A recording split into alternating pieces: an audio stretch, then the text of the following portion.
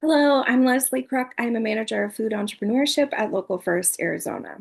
I get the extreme pleasure of working with food business owners throughout the state to help them with anything from designing a website to increasing their digital marketing to diversifying revenue streams, anything that they could possibly need help with.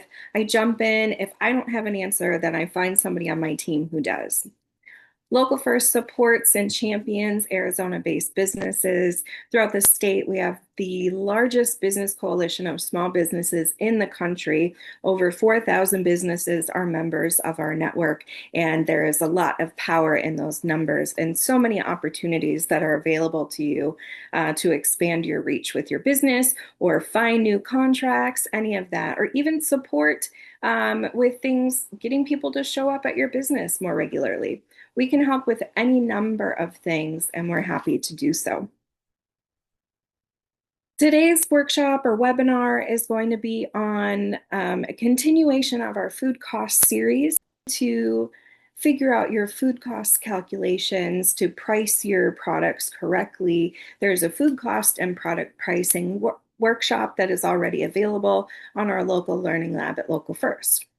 This is kind of taking that information and thinking about sales in a wholesale uh, scheme of selling. So let's get into the presentation. Our food product and wholesale plan. This webinar is going to discuss how to build a wholesale program, and there are some templates and things that you can use to build your own specific wholesale program for your business.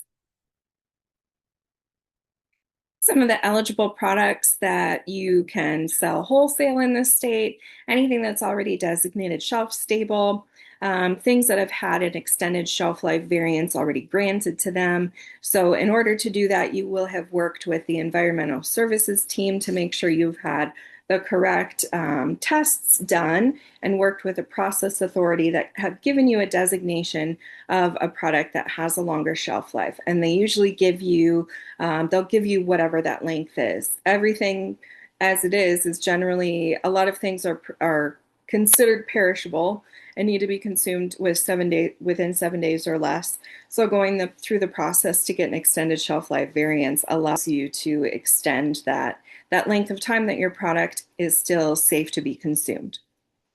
And then items that may require specialized processes that are available wholesale. So one of the examples I like to use for this is ice cream.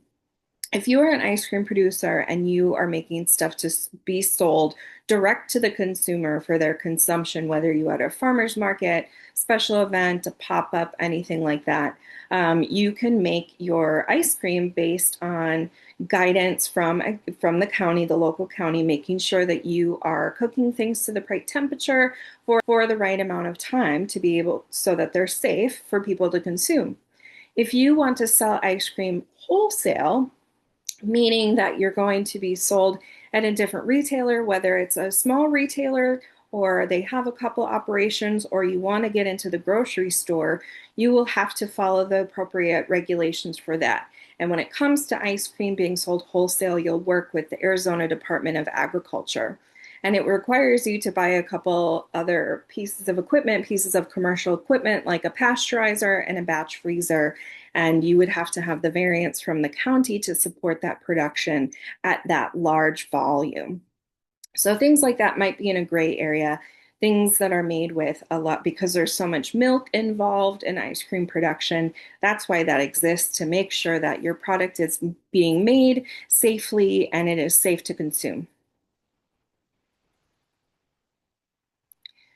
So we want to start by building your wholesale retail program. So you're going to start by creating like a one-page sheet. This can be a flyer, this can be a brochure, whatever creativity you want to bring to creating this is definitely encouraged. A couple of things that you want to make sure that show up on this one pager. You're going to start with your logo. Your logo is something that you've already spent time and attention into creating. So your logo should be everywhere to follow your brand through. You want it to be something that is easy to identify and for people to connect your business to that logo.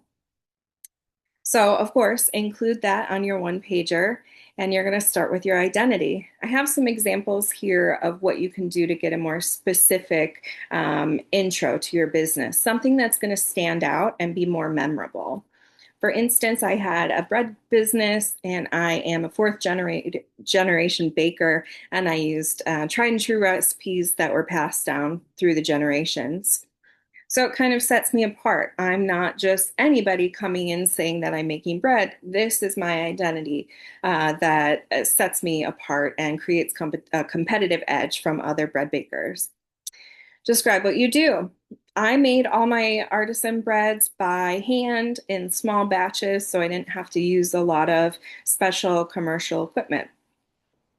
I was able to solve a problem with that. A lot of people sometimes talk about having gluten sensitivity or gluten intolerance, and sometimes eating manufactured bread with all the preservatives and things was not a reasonable thing for them to do. So the problem I solve is using only a few ingredients. I make bread without any added preservatives. And to make it memorable, I also added the piece in that was unique to my bread was that I was using a sourdough starter that was over 100 years old. So you can see in all these buckets, so start with your identity, describe what you do, share the problem you solve, and making it memorable. This is kind of like an elevator pitch for your business of what sets you apart from other people, what makes you unique. This is the thing that everybody needs to be buying into when they are supporting your business, and it's absolutely vital to have this as part of your wholesale program. So continuing on and expanding this program or expanding this one-page sheet that you're going to talk about what you have. So included in this one pager, this wholesale and retail program, you want to make sure you're listing your product offerings, including photos of the packages. So you're going to include a consolidated menu of what you offer. So why I write it this way is you're not going to be able to write out everything that you make on your menu on this wholesale program, this one sheeter. That would take up way too much room. So be creative and thoughtful when you're putting together a consolidated menu. Maybe you make something like empanadas, but you have 12 different flavors that you make. You could list those, say empanadas or like 6-inch empanadas, whatever it is, and then list all the flavors that you make so that it's not taking up too much room on this one pager. Or if you make different flavored muffins or breads, anything like that, see how you can get the information consolidated in a way so it's easy for somebody to quickly read over this sheet in a short amount of time and understand what it is that you sell. You're also going to include the package dimensions and pictures of the packaging. Because one of the things a wholesaler is going to look at is they want to make sure your product is going to fit on their shelves. People tend to pay a premium for retail placement on shelves. Think about it when you're at the grocery store. A lot of the stuff you're looking at, it's at eye level or kind of in that mid range. That's where a lot of the products like the name brand and the popular items are generally in that area. That's great real estate right there. Where on the bottom shelves, lower to the floor, a lot of generic or off-brand items are there. And things that are in unique packaging, bottles, different things like that sometimes go on the higher shelves so that they're not moved or jostled around by customers that are just shopping and looking for different items. So considering how your food product is going to fit on that shelf, you might only have a certain designated area where your product is going to be displayed. So making sure that they have some options to know not only is it going to fit, but is it going to be the right thing in that placement. You also should include on your one pager realistic order guidelines. So, what I mean by this is when somebody's going to order your product, they need to know what time does the order, what day and time does the order need to be in by for delivery or pickup on what day. And then also make it very clear how people will reach out to you to place those orders. Is it over email? Is it over the phone? Is it a form that they need to fill out? Make that obvious so that you make it easy enough for them to order. So an example of some of these deadlines could be maybe they're putting their order in on a Monday for a Wednesday delivery or a Wednesday order for a Friday delivery, whatever that is. Even if they need a week of lead time, build that in so that it's very clear. And then include any delivery fees that might be applicable to this. If you are going to satisfy the order, but now you need to charge them a delivery fee on top of that for you to bring it, put that in there. Then obviously they can avoid that delivery fee by picking it up. The other one that I like to add to these wholesale one pagers are any rush order surcharges. Because you have already thoughtfully put a deadline and preferred method for placing the order initially, sometimes things happen and these people want to acquire more product in a much shorter window. So add that in there too. If it's going to cost you, if it's going to be a big burden for you to hurry up and get the order ready in a shorter window, add that premium on top of it.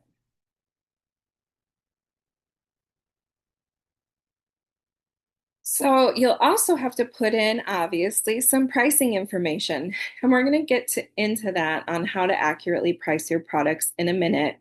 But you want to make sure that this is highlighted very clearly on this wholesale one pager. So you're going to put a minimum and a maximum on orders. So make it worthwhile for yourself. If you, going back to that empanada example, if you make 12 different flavors of empanada, put in those specifics. Like you are allowed to choose up to 4 flavors, each have a 2 dozen minimum per flavor, something like that to make it easy for how they can determine how they can choose and get a variety of items while also making it worthwhile for you and your production. Just something to think about. Grocery stores and different retailers are typically looking for a 30 to 50% profit. So making sure that when you calculate your wholesale prices, you are also calculating that retail price to then verify whether or not that's going to work. And we'll get into that in more detail. And another thing to differentiate on your wholesale one sheeter would be whether you are selling wholesale to a restaurant or a retailer. Sometimes, like I've had worked with a business that made this incredible enchilada sauce. To bring it to a retail outlet, having jars or cans of the enchilada sauce made sense. But selling to a restaurant that way for them to use it in a product that they're going to sell on their menu doesn't. So having something that is fit for restaurants, like maybe you'll sell it to them in a gallon size or some different kind of quantity for their use because they're going to turn around and use it. They're not the end consumer. So you can actually have both of those schemes in that wholesale program.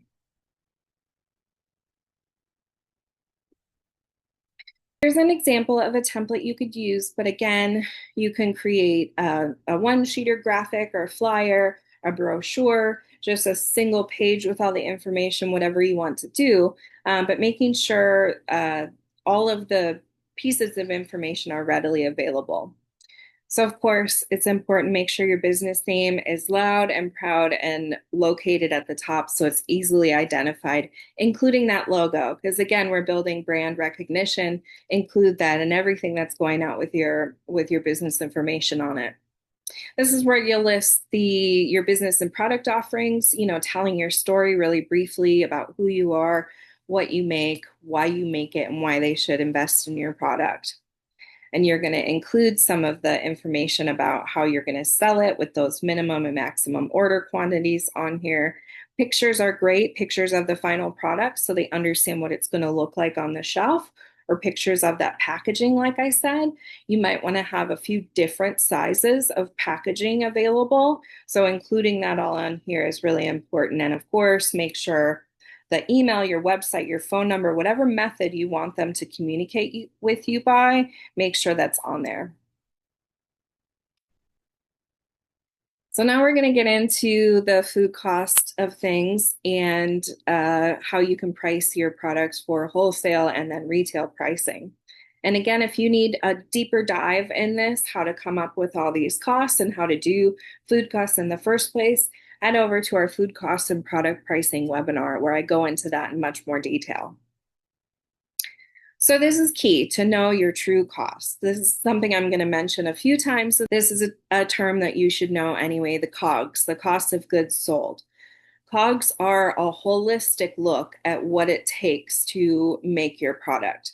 So, of course, things that are going to be calculated, the ingredients, the raw materials needed to make the finished product in the first place. This is your flour, your salt, your nuts, your meat, whatever that is as part of the recipe. There's a cost to all of that and a cost to make that batch of product. There's also a cost of packaging. If everything is put into a jar or a bag and everything is labeled, there's a cost involved with that. Of course, your labor is included, should be included in these cost of goods sold because it's not for free. That you likely have fees that you have to pay, maybe kitchen rent that will get to an overhead, but your production time is money also. So including that in there to get a good idea of what it actually costs you to make something is great. Here are the overhead fees like kitchen rent, or if you are a cottage food producer, you're making it at home, maybe your utilities have gone up for water and electricity. Add that in. Compliance is a piece that costs you money. City licenses are sometimes required in order to sell in those locations. So it depends on what city you're in. So doing a little bit of research to make sure that you have that license in plate, definitely something you want to keep, you want to be mindful of ahead of time, including your food permit, any permit that you might need for manufacturing in the first place. Logistics, the costs here, not necessarily the delivery for the wholesaler. This might be delivery for how maybe you're getting some of your ingredients, they are shipped to you, and there's a delivery fee on top of that that is included. Or if you pay storage fees, like if you're making a large batch of whatever this is for the wholesale retailer, maybe it costs you money to store that in the meantime, or you're storing packaging materials. Work that into this true cost calculation so you know exactly what it costs you to make something per unit, and it's got all this stuff baked in that cost.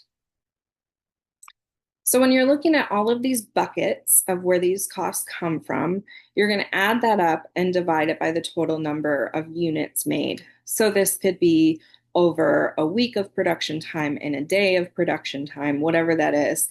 But make sure that those units are congruent to what you are measuring here. Your ingredients would be per recipe, where the compliance might be your permit. You know how much you pay for the permit for a full calendar year. Now you have to figure out what that cost is monthly, or even break that down by the week so that you can add it to that cost. So here's the calculation, and I kept this kind of simple so you could see if I added up all of my COGS, the cost of goods sold, it cost me $1,000 to make 500 units of something. Then dividing this out, $1,000 your cost of making it divided by the total number of units made, then that's $2 COGS per unit. This is what you'll need for the next step, and we're going to calculate the wholesale prices. So for this margin that is involved, the wholesale margin is for the producer. This is for you. This margin is typically sits around 30 to 50% to make sure that you are, one, you're making back the cost of what it was for you to make the good in the first place. And then that little bit of padding allows for you to, in theory, put that money toward producing it again. So 30 to 50%, I realize that's a range. What end might you choose on this when you're coming up with this? You can coming up with your pricing. Think about things that sell at a higher volume. If you are a cookie producer and you know that you're going to be selling lots and lots of cookies by the case, then you can go with a lower margin because you're going to make up for that by volume in sales. Where the opposite is true, for specialty products, maybe your ingredient cost is higher because they're really premium ingredients that you utilize. Then you would want to ensure that you have a higher margin for yourself to recoup that cost and make it worth your while. Because maybe those items sit on the shelf a little bit longer before they're sold. Here's the equation to calculate your wholesale prices. It's going to be the COGS, so the $2 divided by 1 minus the target margin in parentheses. So that means that calculation is done first. So it's going to be $2 divided by 1 minus the margin as a decimal, so 1 minus 0.4, so $3.33 target price for wholesale based off that 40% margin. So just to be more clear and more obvious, round up to make these numbers make a little bit more sense. Rather than charging $3.33 for the wholesale price, you could go $3.35 or even $3.50 per unit. And then this is per unit. You're not necessarily going to share the wholesale price per unit with your targeted wholesaler. You want to list these in terms of cases, larger quantity, because they're not going to be buying by the piece, they're going to buy by the case. Next, once we have our wholesale price, now we can calculate our retail price. The reason we're doing this is to make sure that that retail price is going to make sense. So before you even talk to the wholesaler, I want you to go this far out to make sure that this is going to work for you, that this pricing scheme is going to work for you.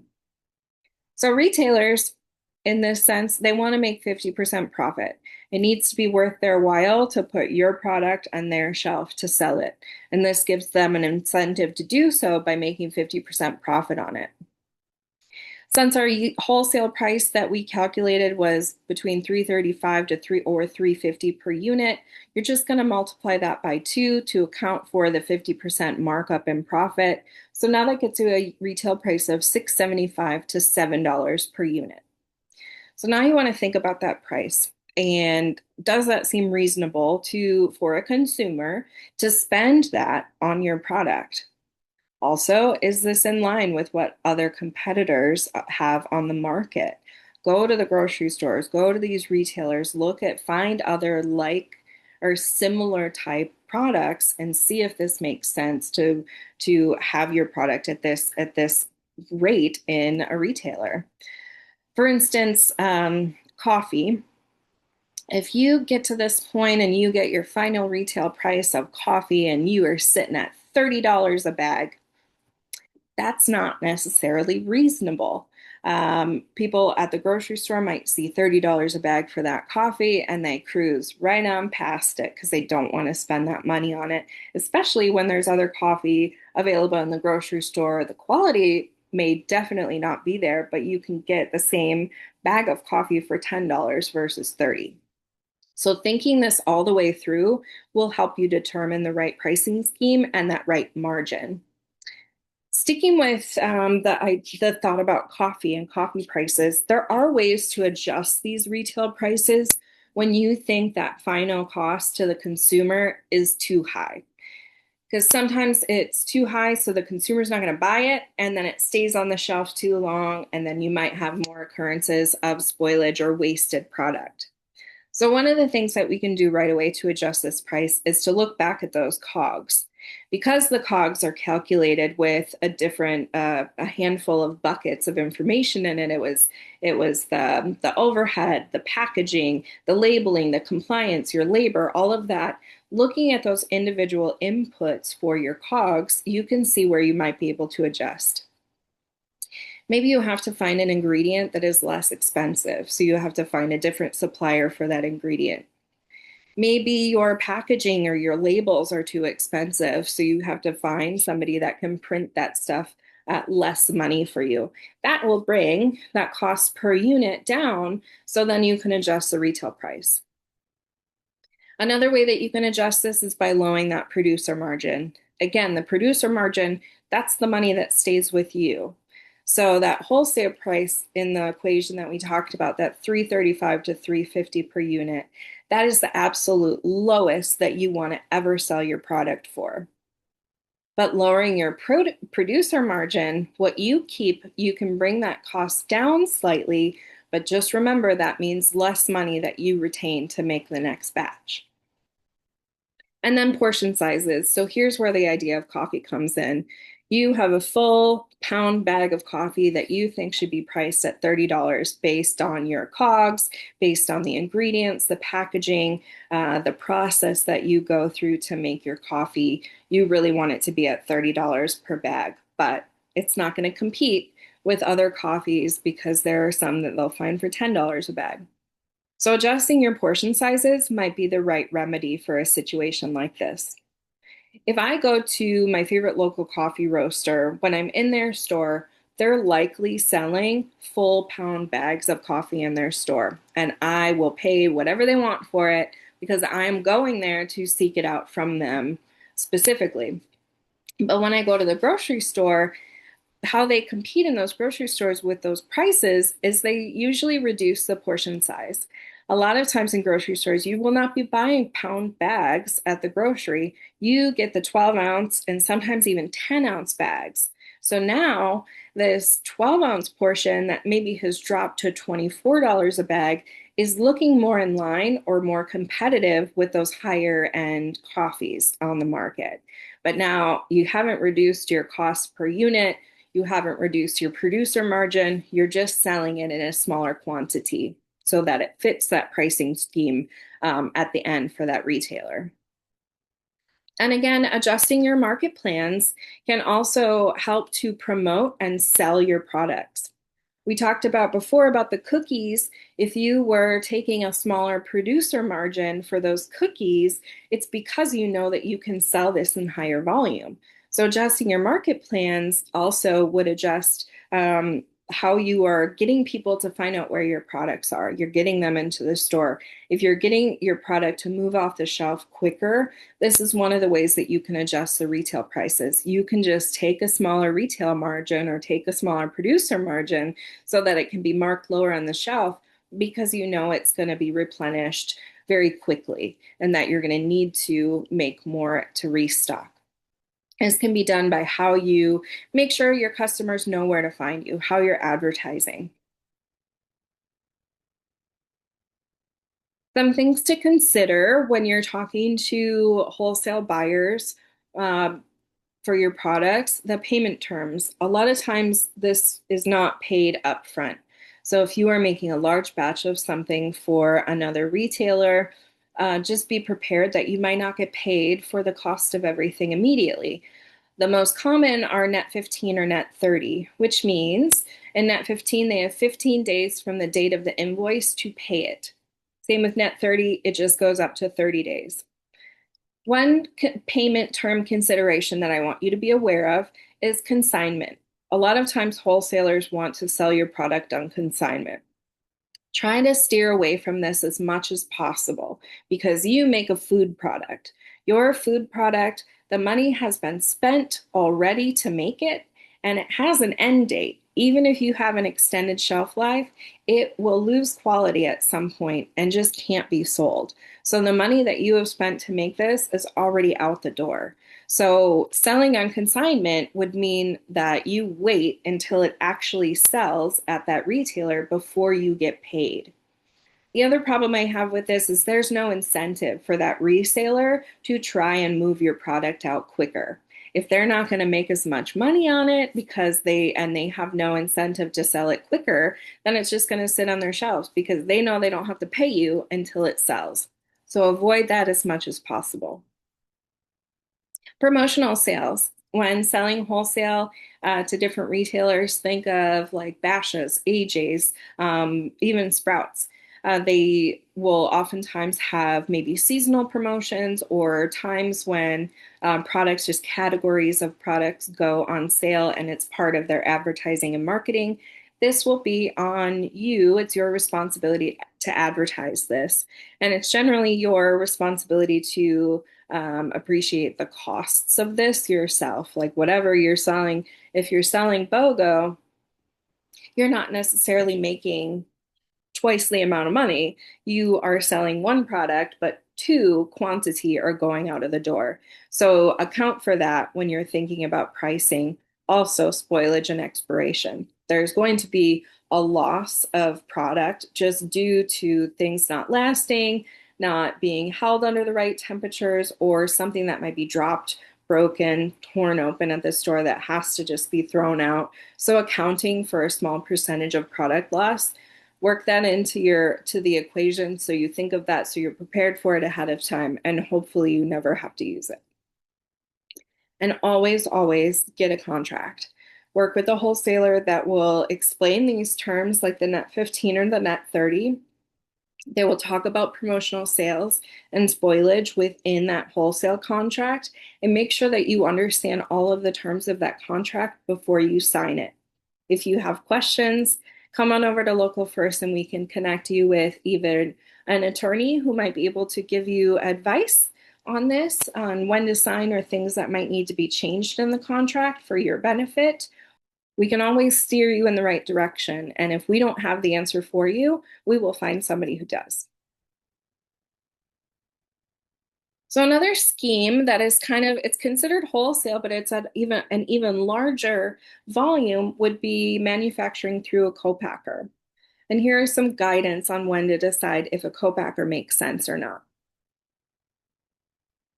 If you have consistent demand for your product, this might be the time to think about a co-packer. If there are retail outlets or distributors that are trying to get higher volume from you for wholesale and you just can't keep up, might be a time to think about a co-packer. If there are certain certifications you need, now depending on the retailer, you might have to provide certain certifications that pertain to large manufacturers that you wouldn't necessarily at the producer be qualified to get, but it would actually be the manufacturing place in a whole and any of the staff that are working there. They need special certifications. Or your kitchen setup. If you're in a commercial kitchen or if you're sometimes that space is just not large enough to meet the volume and the demand for your product. And when you're ready to think in volume by terms of cases, pallets, if you're thinking about that level of production to meet your retail demand, then it's time to start thinking about a co-packer. These next four are when it's not yet the right time to talk about a co-packer. If you're still testing recipes, that is one thing a co-packer will demand upfront is a tried and true, well-tested and locked in recipe. So if you're still messing around with different ratios or different additives, keep going on that journey in your research and development, but you're not quite ready.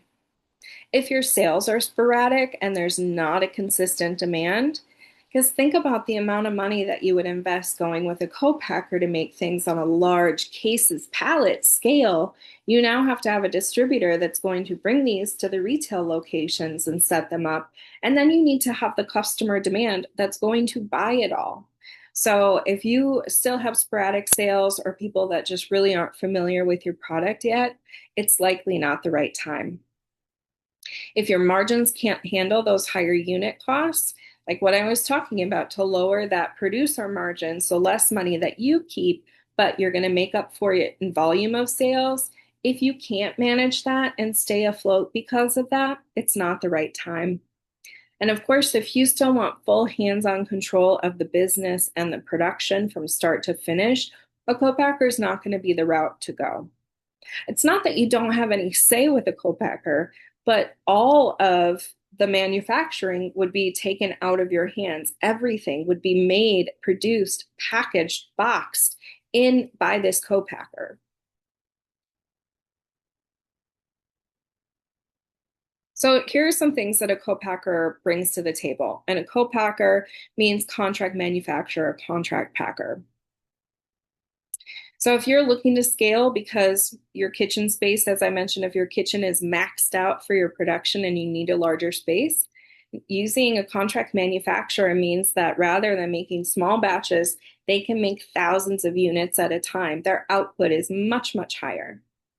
If you need expensive commercial or specialty equipment, at the beginning of this webinar, I mentioned wholesale ice cream production, and this is one of those. If you want to transition from direct to consumer sales via farmers market, special events, pop-ups of your ice cream, and now you want to sell it in retail stores, you will have to, this is when you fall into that category of needing to follow different regulatory controls, like having a batch pasteurizer for your ice cream base and blast freezers to make sure it's frozen to the right level before it can even go to the store shelves. And these contract manufacturers would have all of that in place. Contract manufacturers also have a large number of staff, so they can meet that demand of large production quantities. And they are especially trained in advanced food safety and manufacturing principles. So the large number of staff is there to meet that increased or high volume production. And then they're also trained on specialty production processes and workflow. Something like manufactured, like a food product manufactured at this volume, would need some kind of quality assurance and different processes in place to check and avoid and verify you are avoiding different food hazards. And then, of course, contract manufacturer, everything is set in stone with that locked in recipe process formulation. So it is consistent. It is the same as it goes through.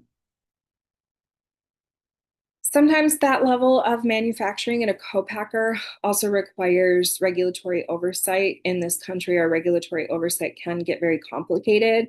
There are many, many agencies that have something to do with food safety in this country. It is not black and white. These contract manufacturers are held to these different certifications, like from the Food and Drug Administration. GMP is good manufacturing principles, SQF, safe quality food, and so on. These certification schemes, they cost money. It means somebody has to be qualified to even apply for these certifications in the first place and need particular school and knowledge, expertise behind it in order to qualify for these programs. This level of production also requires additional oversight when we're talking about selling statewide or we're selling outside of this state. There are more things that that your product would have to be privy to in order to be sold legally in this country. And then, of course, with shelf stability, if you are trying to prove that you have a longer shelf life, this co-packer can help you do that, because the additional processes generally involved process authority, which is somebody that is highly trained in looking at formulas and recipes to identify areas of hazard, so they can go in and add, maybe there's a heat step or there's some timing that you have to meet, like a product is heated up to the right temperature for so many minutes in order to get beyond that hazard. Additionally, after that process authority has established that your recipe and your formula is safe to produce, there are other tests that might be done, water activity, pH, any kind of anything that tests for like molds, yeast, bacterial tests. There are a lot of things that are available for testing that a manufacturer would be able to better handle and pass than an individual producer. So here are some terms that pertain to co-packing and some expectations I want to lay out for you. So I keep talking about this locked in formulation, recipe, and process. This is your tried and true, tested over and over. You know this recipe comes out consistently the same every single time. This also means that you are not changing the recipe. You're not trying a different stabilizer. You're not trying this ingredient versus this one to see if the outcome is the same. You need to have something that you are going to make that has an ABC through however many steps it takes to create this recipe consistently. Also, this co-packer is going to make them at a volume level that you haven't made it at. So to make sure that that end result is going to be the same quality every single time, regardless of the size batch it is, that's where that co-packer can really step in. Forecasted volumes, this is something that a term that you will be familiar with when working with a manufacturer. Think about things that are seasonal, like around Thanksgiving, stuff that is usually you're not able to find as readily on the shelves, like pumpkin, cranberries, marshmallows. A lot of times those shelves are bare in the grocery store because they know that there's a huge demand for those particular items during that time. And there would be other things like that too, forecasted volumes, especially if you have kind of a seasonal ingredient or a specialty product that is more sought after during certain times of the year than others. MOQs, or minimum order quantities. So we're going to a contract manufacturer because we want to make a large volume so we can be in many retail outlets. So these MOQs, 1,000 to 10,000 units per run, it has to make sense for that manufacturer to make it. They might have special equipment that they have to bring in. They might have to clean up the lines. They have to set up the production for that day or however many days to make your product. It has to make sense for them. And then there are generally longer lead times, which means I might put my order in for however 10,000 units of something, but now I'm not going to get booked for that until it's going to take me 6 weeks before that's actually going to get manufactured, just because of the volume. And they're also trying to arrange and coordinate with the other products that they are also co-manufacturing on behalf of a different business. And then contracts. I said it's really important to get those contracts with those wholesale accounts. It's very important to be careful with contracts when you're working with a co-producer, co-packer. Things like intellectual property, your recipes, the special method you make your recipe. If there are particular steps, maybe you sprout some of the grains or something before you make the bread, or you make a sourdough at one step, whatever those specific steps are that set your recipe and your food product apart from others, those can be intellectual or even proprietary information that needs to be protected. So there's usually a lot of verbiage about that in those contracts. Of course, the pricing and all of the pricing schemes will be laid out in that contract. So making sure that you're taking the time to really understand those costs and the changes based on the volume run is very important. Quality insurance. So a lot of co-manufacturers have a quality assurance team that is dedicated to testing different traits that you're looking for. For instance, I've been to a snack manufacturer with potato chips, and every once in a while they will take the bag of potato chips off the line, they will take it to their QA lab, and they will run tests for staleness or the volume of chips that are going into the bag, making sure that's right, making sure it's the correct packaging for the product that's actually inside. Maybe they're doing additional tests for other pathogens in there, whatever that might be. These quality assurance people are making sure that from the recipe, the formulation, and the process, that the end result is exactly what you were looking for. Another example of quality assurance test might be with ice cream again. If you add a lot of inclusions to the ice cream, they might take the tub of ice cream off the line and actually cut it all the way down so they can look at a side profile to make sure that all of those inclusions were mixed in correctly and that the ratio of that is exactly what you want at the end. And then they're tasting it, making sure that they're meeting those quality assurance goals for flavor, for texture, making sure it was frozen long enough. Because if your food product doesn't pass these specific quality assurance traits, then you can go back and change that. But that's definitely a big piece of contract manufacturing, that they would provide that as part of their services and responsibilities. So reading those contracts again and making sure that you understand everything that is in them, very, very important. Because we're not talking about a small investment when we're talking about a co-manufacturer. I'm talking about something that is 1,000, 10,000 units or more per run. We're talking tens of thousands of dollars of investment to even be a player in this game. So identifying the right co-packer and reaching out to get some initial information right away will be very helpful in order to help you identify the right route that you want to go.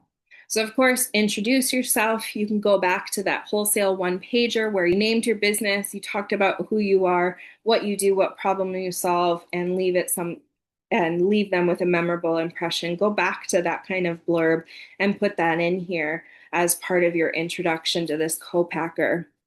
Talk to them about the fact that you're scaling, and if you have wholesale opportunities or if you have a history of being sold through several different wholesale schemes, make sure that you identify that in that first initial introduction to them. Because again, they want to make sure that you have the demand there. The demand is built for your product. And then ask them about what service options and how you can work with them for distribution. And then, of course, get down to the meat and potatoes. Ask about their pricing model, how many units they can produce, or if they have if they have production minimums for how large the order has to be in order for them to do it. Talk to them about quality control and any vendors that they might work with so that you get an idea of what this co-manufacturer brings to the table to make sure it's the right fit for you. So there are quite a few co-packers that exist in Arizona.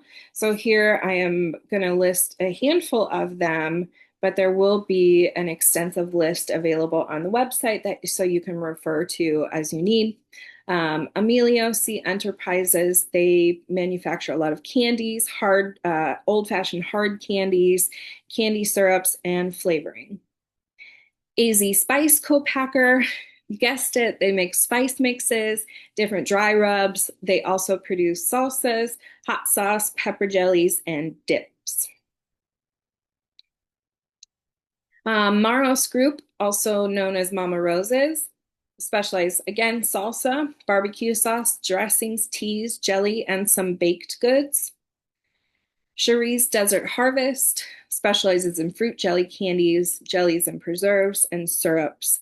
And then Coyote Kitchen, they have a more extensive and kind of well-rounded mix of things that they manufacture, from granola bars to baby food, gluten-free pizza to dressings, marinades, and spreads. So finding the right one based on the product that you are making. This is just 5 of the ones that are available in the state. There's a more comprehensive list available on our website. In some instances, you may have to go out of Arizona in order to find the co-packer that's going to make the product that you specialize in. Some things to think about with co-packing, I alluded to it already, higher cost per unit. The small runs are expensive. That co-packer needs to make it worth their while to focus production specifically on your goods for that day. The minimum order quantities, I said we were talking maybe 1,000 to 10,000 units. It may be higher. You have to pay for that up front. So even if you're getting 100,000 units, you have to have the capital to come to the table to play this game. With that, that's usually a big barrier if you have a lack of that capital. So checking between one co-packer to another to figure out what those MOQs are and what that pricing scheme is to see what's going to fit for you is you're going to want to do the research and figure that out. There is less control. I said one of the things that would steer you away from co-packing is if you have to have your hands in it, if you need to be in control of the entire process start to finish. The co-packer will take over the production completely. So once it's in their hands, it's in their hands. And you're privy to their production schedule. So again, having those lead times and waiting, you might have to figure out what that timeline is that's going to work best for you to meet those accounts where, meet those retail accounts and their demand. And sometimes just knowing that you would have to stall that, or you don't want to stretch yourself too thin. You don't want to overpromise one retailer and not be able to provide it based on the co-packer schedule. Changes take longer. I said that locked in recipe, formula, and process needs to be there from the start. And this also means that any changes to that, if you have to change out an ingredient because the supplier no longer has it for you, or you want a different outcome, or you want to create a different flavor, those changes can't happen overnight, and they might not happen during that particular run if it's mid-production. Same with quality issues. If you're finding out or getting feedback from those quality assurance or even yourself, trying the finished product on the shelf and you just don't like something about it. I've worked with a spice company that made spice mixes. Their stuff was fabulous. They had all the less salt, less sugar, and all their spice mixes. It was a big draw for people to purchase from them. But one of the things they didn't account for without any preservatives or anti-caking agents, that when that spice mix sat on the shelf, it formed clumps and it was no longer shakeable or pourable from that spice jar. So they had to go back and figure out what that was. So that made them change their recipe formulation, and it took longer in order for that to happen, for the fixed spice mix then to be available to their consumers because of that. And again, I said changes like if your vendor no longer has a certain ingredient or it's harder for you to purchase something that goes into your product, that can raise prices because now it is more expensive for that manufacturer to get those product from those suppliers. If you change priorities, or if the co-manufacturer changes priorities, if they no longer make a certain category of food, you may have to shop around and find a different producer. They may shut down completely. Hopefully, none of these things happen to you, but having them in mind in the beginning allows you to be better prepared in the event that you have to pivot. I covered a lot of information, and I don't expect you to be experts just from this presentation. So I want to show you that there are many resources that are available to you. Our local learning lab has this presentation in it, along with other resources, the food cost and product pricing webinars, and lots of other things on cottage food, on general sales in general, being a good vendor and tabling at events, lots of things that are available on demand. They're not all video resources. Some of them might actually be documents or templates that you can go through, questionnaires, things that you can ask yourself as you work along. These are the topics that we cover in our local learning lab in accounting and finance through growth management. And of course, we always have great information from our Arizona Good Business podcast. The Good Business Summit is something we host every year. And so there's a lot of good information out there that's not just specific to food business, but something that you might get a lot of help from, like marketing, digital marketing plans, and how to reach out to people via social media, how to come up with a strategy in order to do that for better engagement. If there is one-on-one support that you would like, we are happy to also provide that too. And you can go to localfirstaz.com/business-support to get to our support services. You'll fill out a little form that lets us know what specific guidance you are looking for so that we can get you assigned to the right team member. And of course, we would love to have you as part of our business coalition if you are not already a member of our over 4,000 strong businesses. It allows us to expand our network of subject matter experts and consultants that can come in and give you the best information that they have. So we're happy to help support you grow your business or take the next step, or even look over contracts as you are landing these wholesale accounts. Thanks for joining us today. Please check out the local learning lab for more resources that are available on demand.